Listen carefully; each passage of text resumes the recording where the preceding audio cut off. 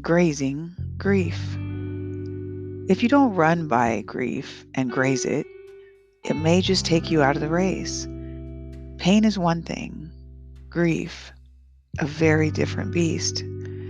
I was my father's toy, his confidant, his companion, or so I thought. My mother hated everything about our relationship, but that was fine by me as a child. Dad and I were tight. When he cleaned up his act and found religion, our world was slated to become a better place. Lie after lie. I trusted him. Deception was a coat of armor in our home. Murder and rape was the obvious conviction that brought me pain. That was easy, in its way. It was the falsehood my father erected after the original carnage that I found too heavy to bear. What do I mean by that? I mean that as a destroyed little girl, my pain would keep me up at night.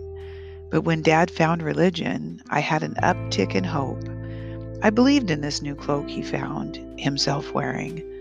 We were cleaning up our act. Things were going to be different. What a fucking joke. The layers and layers of years of abuse now made a foundation for another theme. Religion. When I left my father's house at 18, I stopped in the bedroom, looked up to the sky, and told the God of my father that I was all done with him. He could fuck off and get out of my life. I was so confused by the time I left their wretched world. Was I in pain, or was I now reborn into beauty?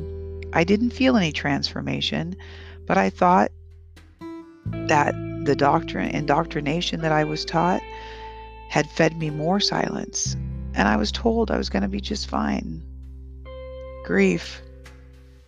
Grief for all of the many years I'd suffered, years that cannot be returned to me.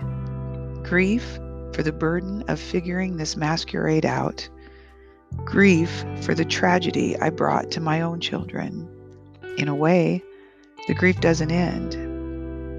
Oh, it changes, it morphs, it abates, and then it rears its ugly head again, but it always remains.